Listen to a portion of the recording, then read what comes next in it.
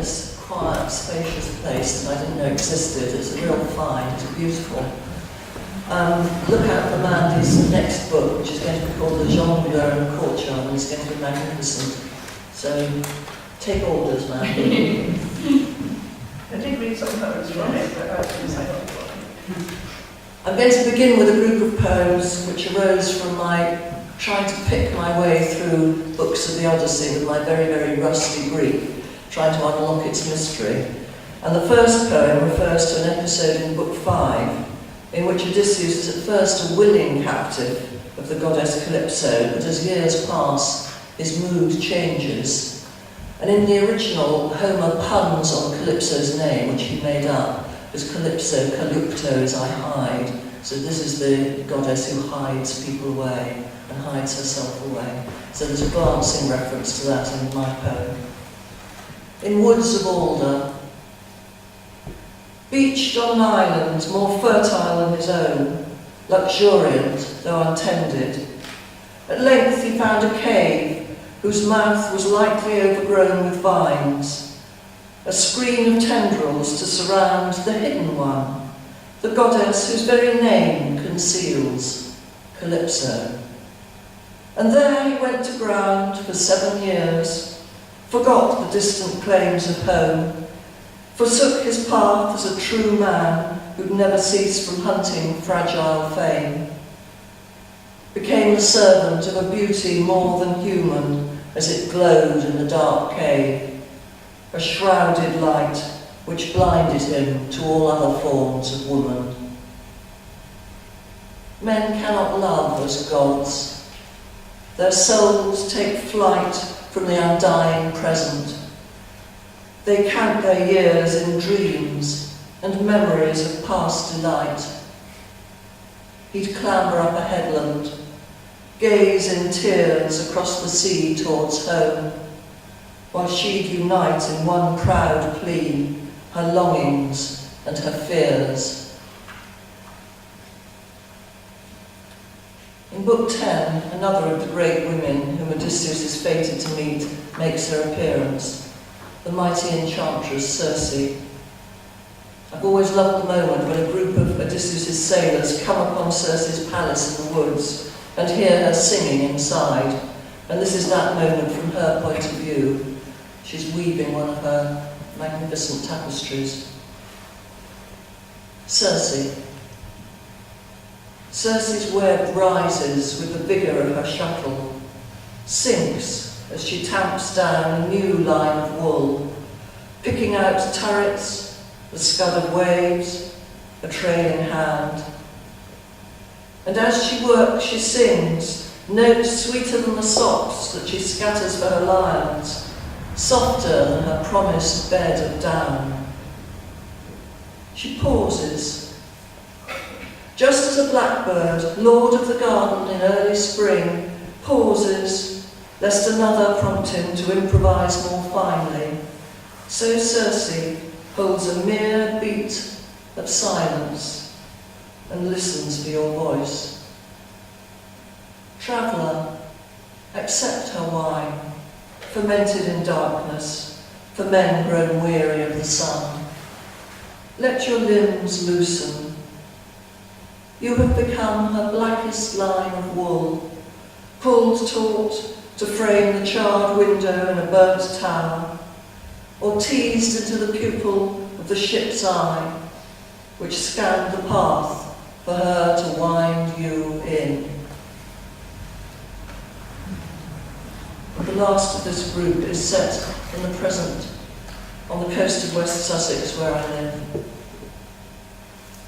Above the waterline. In the evening I walked down to our tame South Country beach, neither rock nor elevation, but an ebbing autumn tide and a line of turnstones travelling low. Above the waterline, there it lay, mottled beige and brown, its contours flowing into the shingle. It seemed in every inclination as though it were at rest. And it had no head. No head. Just a gathering at the neck place, narrower than the bulk of body would suggest, I stood at a distance, cancelled out its fins, willed it to become a streamlined boy or a tailor's dummy, fallen from a ship of seamsters. Stumble as I might away along the pebbles, the noise of my footsteps would not obliterate that quiet mound. And out there, ahead, a narrow stump of neck. Later I thought of Homer's seals, whom the god leads up from the waves, the bitter stench of the deep upon them, whom he tallies so carefully on the fingers of one hand, lest a single pup be lost.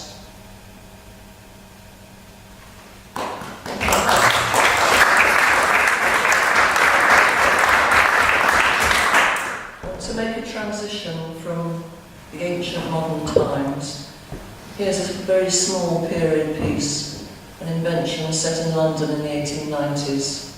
The song which is mentioned is a Schubert song, Longing. A visiting card. Bewildered by her easy opulence, her air of casual command, he flinched.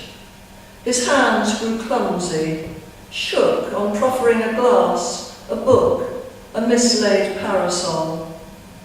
He'd stumble over long-rehearsed adieus, his compliments reduced to barren pauses, replete with her disdain. He shrank away, shunned all her afternoons.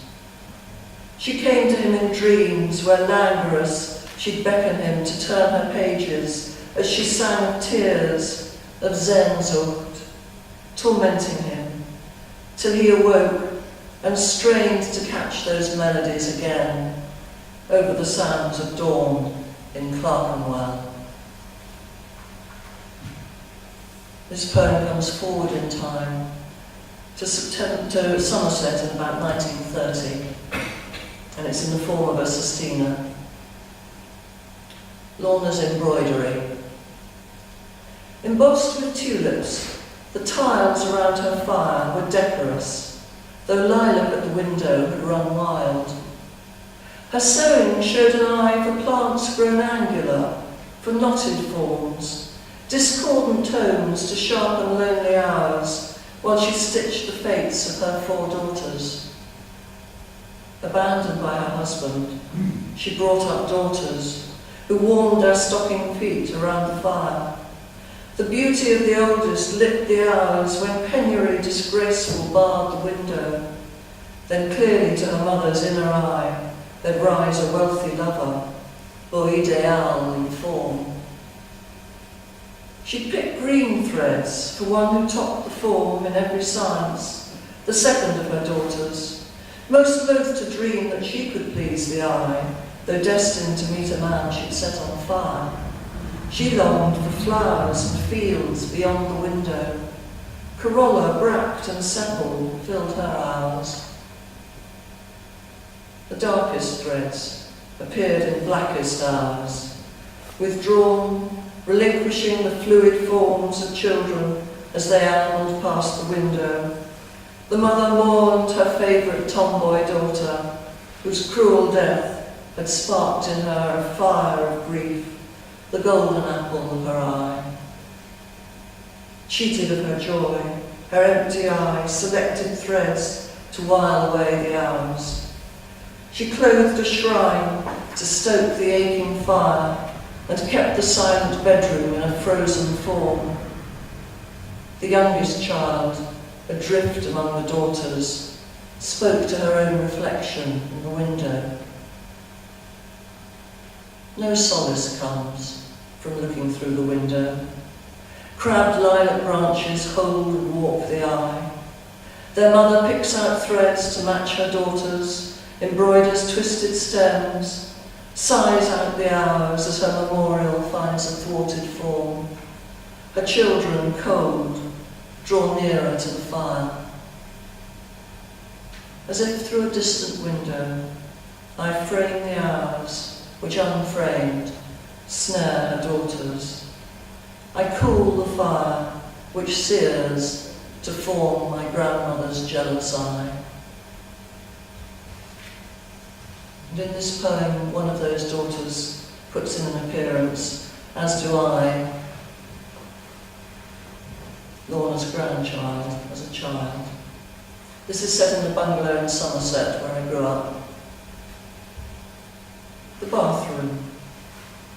The window was the best frame for the view, cutting out by its angle the tarmac and the garage, enclosing the highest point of that distant hill line, the Iron Age fort, and the break it made in the horizon. Light from the fields glanced through the window onto blue linoleum, into the deep curve of the bathtub, perched on its clawed feet. The water was so soft that excess of soap changed it into a viscous slime. With the suds I'd clothed my forearms in white gloves, elegant through several sluicings. And once, as my mother helped me dry myself, I told her that I'd never love anyone as much as her. She smiled and said that when I had my own child, I'd love it more. I was standing on the cork mat, wrapped in a towel, and I knew it wouldn't come to pass. At one point in my life, I worked as a potter in the White Peak area of Derbyshire. It was a very hard time, but it was a very beautiful time. All my attempts to write about it failed until, within the last few years, I wrote a farewell to the place, and the hamlet I lived in was called Atlow. Atlow. Moon has swung in indigo above the houseless fields. Hare's form lies empty in the grass, empty the wet cup marks from the shire's hoof. The track in darkness prompts its own footfall beside the mill stream. Pause there, turn to bless that place where clay and water meet, or thought annulled, stumble up the hill, shielding the heart as a shuttered lantern hoards its beam. And here, written very recently, is a memory of the spell which that place cast on me. Pantoum, throwing a pot. Traced on the wall of millstone grit, the shadow of the sycamore enchanted me, and I would sit with softened focus, mute before the shadow of the sycamore. I'd watch the checkered patterns sway with softened focus, mute before I weighed another ball of clay. I'd watch the checkered patterns sway and move to a broken rhythm until I weighed another ball of clay and centered it against its will. I'd move to a broken rhythm until I found a solace in the sweetest line, centered now against its will, eager to spread, to be refined. I found a solace in the sweetest line. When the clay ran true, its supple flow, eager to spread, to be refined. I dreamed of ideal forms, of shadows. When the clay ran true, its subtle flow enchanted me, and I would sit, dreaming of ideal forms, of shadows, traced on the wall of millstone grit. And to end, here's a short poem set in a rare patch of clay in the midst of Sussex chalk. It's also an invocation to summer. On Hesworth Common. Again, I've come upon this mound of heather, this island of acid soil in a sea of chalk, where narrow footpaths are streaming with orange water after days of rain, which has taken away the hills, hidden the valley birch trees, whose catkins hang fainter than a mist of droplets, left gorse bushes and the dun light held in by the floor of bracken, every stem snapped by the wind. Do you remember that ancient summer day, when the air up here was so warm that the larch cones were opening to disperse their seeds? So still we could hear each tiny crack as the scales pulled apart. Long-tailed tits were tumbling and calling. The bracken had unfurled in the sun, and the sandstone, encircled you.